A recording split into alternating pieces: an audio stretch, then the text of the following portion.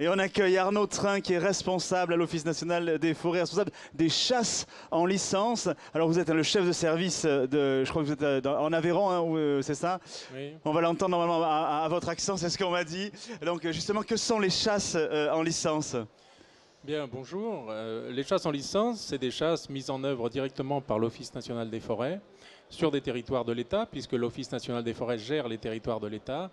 C'est 30% de la surface à peu près, c'est ça? Oui, à peu près, de la surface boisée. La surface boisée, oui, c'est ça. Et donc en forêt domaniale. Et ça nous permet d'accueillir des chasseurs à la journée ou à l'année, suivant les modes d'exploitation. Mais l'avantage de ces chasses, c'est qu'elles sont gérées et organisées par les personnels directement de l'Office national des forêts.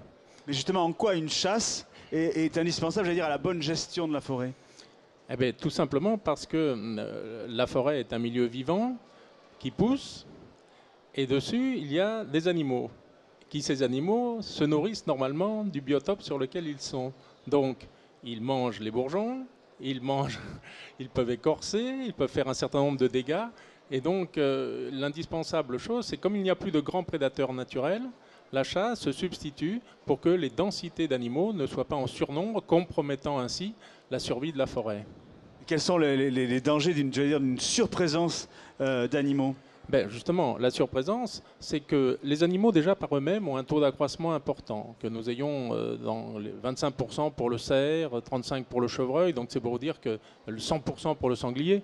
On a donc très rapidement, si on ne prélevait pas, une immensité d'animaux qui pourraient compromettre le milieu, pour justement ce que je viens de vous dire, c'est-à-dire que comme leur système alimentaire compromet et détruit la forêt, il faut qu'on trouve un équilibre, un savant dosage entre le nombre d'animaux qu'il y a sur le biotope et la survie de ce biotope, d'où la chasse. Oui, Christian. Oui, quand vous organisez, donc vous régulez le nombre de bêtes que vous allez tuer ou comment ça marche comment quand vous organisez une chasse? Alors, il faut savoir qu'en France, le grand gibier fait l'objet d'un suivi très pointu, puisqu'au départ, il y a des comptages. Ces comptages permettent de donner donc un effectif et une densité à l'hectare. Et en fonction de ça, on détermine le nombre d'animaux à prélever. Ça s'appelle une commission du plan de chasse, où sont réunis en même temps chasseurs, forestiers, associations de protection de la nature, enfin tous les gens qui peuvent avoir voix au chapitre et un avis à donner. Et en fonction de ça, un nombre d'animaux à prélever ou à chasser, pour parler vraiment, est fixé chaque année pendant la période légale d'ouverture de la chasse, et ils doivent être réalisés pour que justement l'accroissement naturel de ces populations ne vienne pas compromettre la survie de la forêt. Mais vous choisissez le nombre d'animaux à prélever, mais aussi les espèces? Absolument. Par espèce, il y a des animaux en France qui sont soumis au plan de chasse et d'autres pas. Le plan de chasse définit un nombre. Donc vous avez une population, admettons, prenons un calcul simple, vous avez une centaine de cervidés dans votre forêt, vous savez que son taux d'accroissement c'est 25%, donc après naissance, je veux dire, vous en avez 125. Si vous voulez toujours revenir au même nombre, eh bien, vous en prélevez 25. Ouais. Si vous voulez baisser la population, vous en tirez plus. Si vous voulez faire monter la population, vous en tirez moins.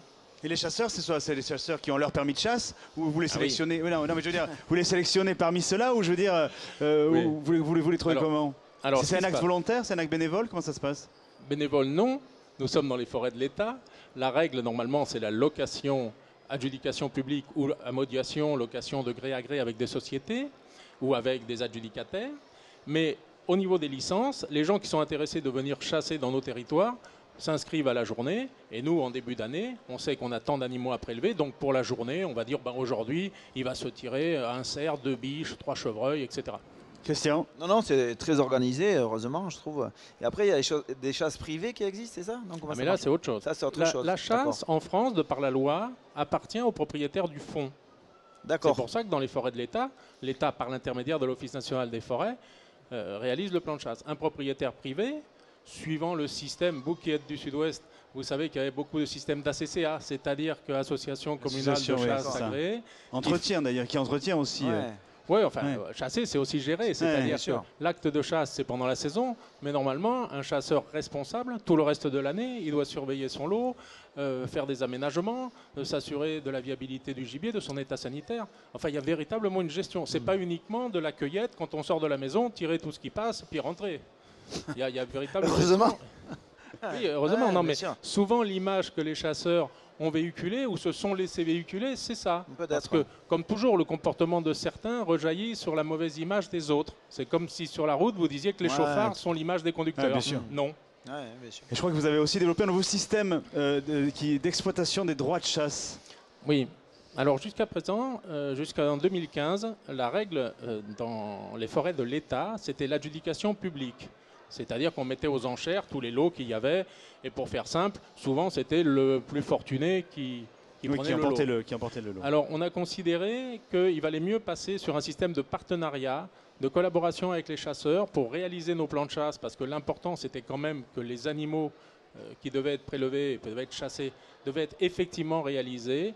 Donc depuis l'année dernière, on a plutôt fait un système de location de gré à gré, à partir du moment où on était content de l'éthique du chasseur, de sa manière de chasser aussi en sécurité, de sa relation aussi avec les autres usagers de la forêt, puisqu'on est certes les représentants du propriétaire, on peut imposer un certain nombre de règles, mais l'éthique de la chasse doit être quand même portée par chacun. Christian? Non, c'est très réglementé, je vois, et je pense que c'est primordial pour que la chasse se passe bien.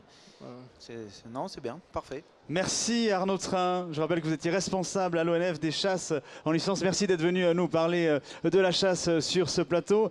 Alors évidemment, Christian, toi tu le sais mieux qu'un autre, le Salon de l'agriculture, c'est le concours des médaillés, du concours du général agricole. Est-ce que tu fais attention, là aussi des fois dans le choix des produits, s'il y a la médaille du concours agricole ou pas? Non, personnellement pas trop. Moi je fais confiance aux gens qui sont derrière, aux agriculteurs. J'essaye d'aller les voir sur le terrain ou les artisans d'aller voir sur le terrain.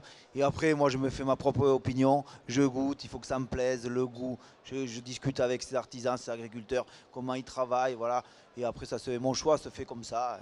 Mais après, s'il y a une médaille... Oui, écoute, on va accueillir le médaillé du jour sur le plateau dans nos produits coup de cœur, dans la rubrique qui va suivre.